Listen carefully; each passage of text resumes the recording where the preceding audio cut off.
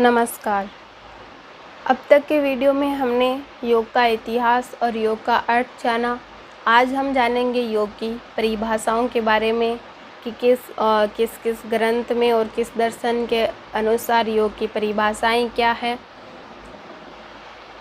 सबसे पहले आप वीडियो को लाइक करें, चैनल को सब्सक्राइब कर लें और अपने योगी साथियों को ये वीडियो ज़रूर शेयर करें।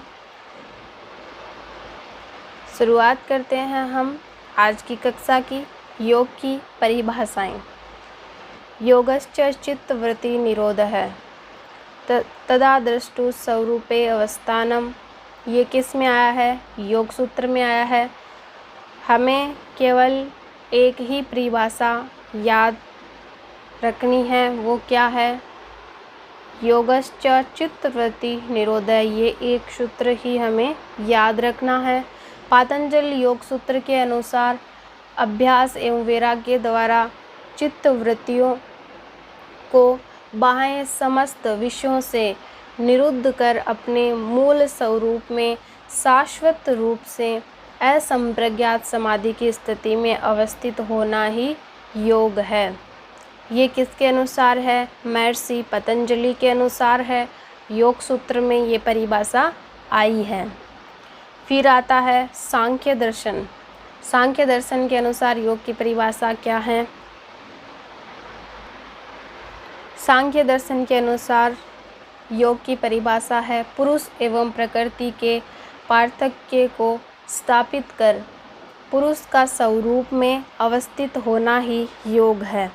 ये किसके अनुसार है? सांख्य दर्शन के अनुसार है। फिर आता है विष्णु पुराण के अनुसार योग की परिभाषा।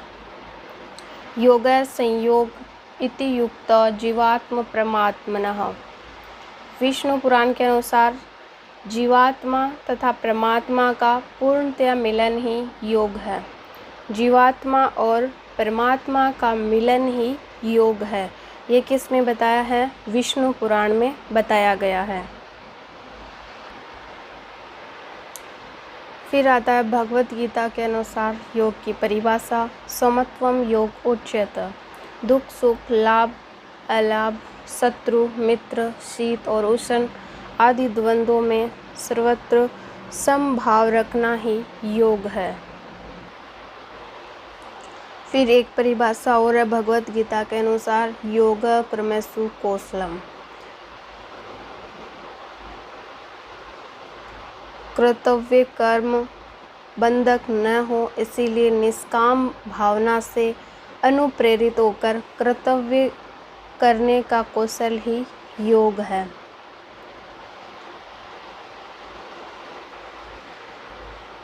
फिर है तम विद्यात दुख संयोग वियोगम योग संगीतम।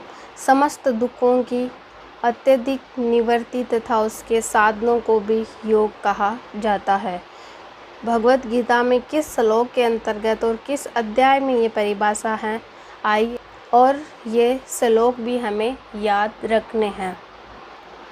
योगवंशिका आचार्य हरिभद्र के अनुसार मोक्ष से जोड़ने वाले सभी व्यवहार योग हैं।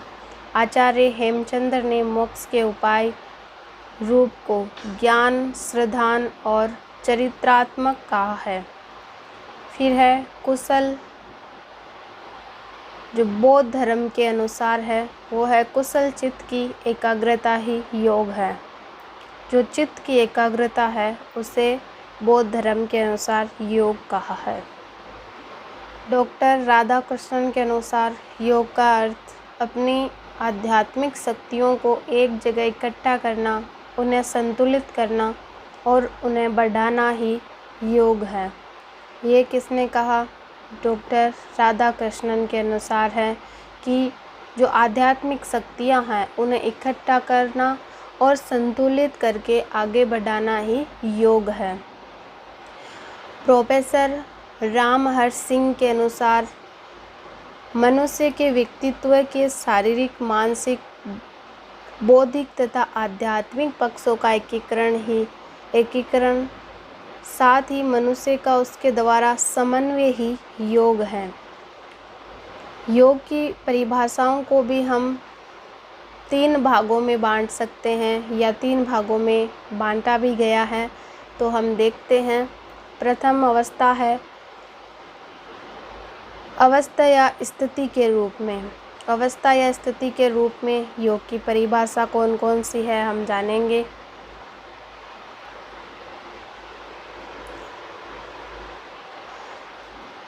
पंच इंद्रियां, मन, बुद्धि की स्थिर अवस्था को योग कहते हैं।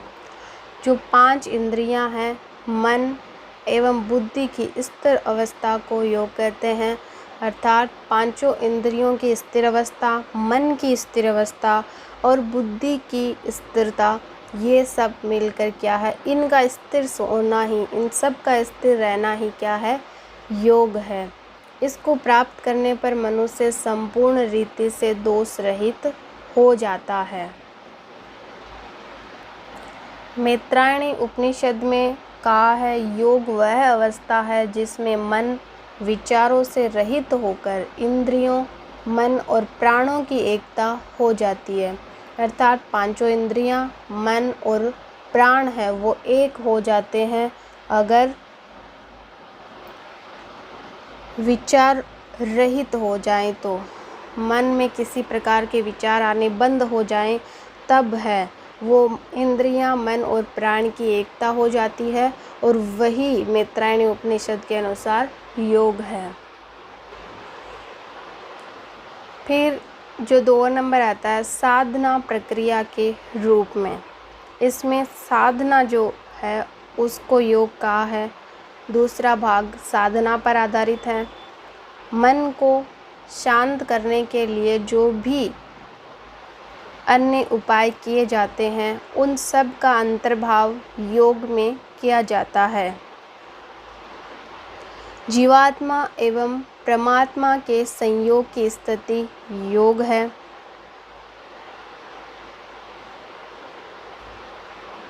तम विद्यात् दुख संयोग वियोग योग संगीतम, इसमें भी कहते हैं दुख रूप संसार के संयोग से रहित वियोग जिसका नाम योग है, उसको जानना चाहिए। वह योग न उकताए हुए अर्थात धैर्य और उत्साह युक्त चित्त से निश्चय पूर्वक करना कर्तव्य है।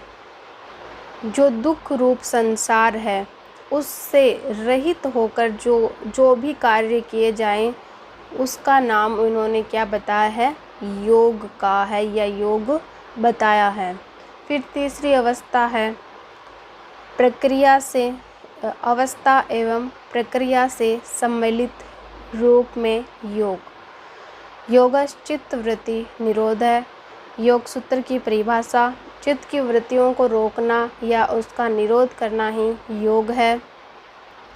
फिर गीता में समत्वम योग उच्यते, ये जो गीता की परिभाषा है उसमें भगवान श्री कृष्ण अर्जुन से कहते हैं, हे धनंजय, हे अर्जुन, आसक्ति को त्याग कर तथा सिद्धि और असिद्धि में समान बुद्धि वाला होकर योग में स्थित हुआ कर्तव्य कर्मों को कर, समत्व ही योग कहलाता है। फिर गीता में जो योगेषु कर्म कौशलम परिभाषा आती है उसमें कहा है, सम बुद्धि युक्त पुरुष पुण्य और पाप दोनों को इसी लोक में त्याग देता है, अर्थात उनसे मुक्त हो जाता है। धन्यवाद। आज के लिए इतना ही।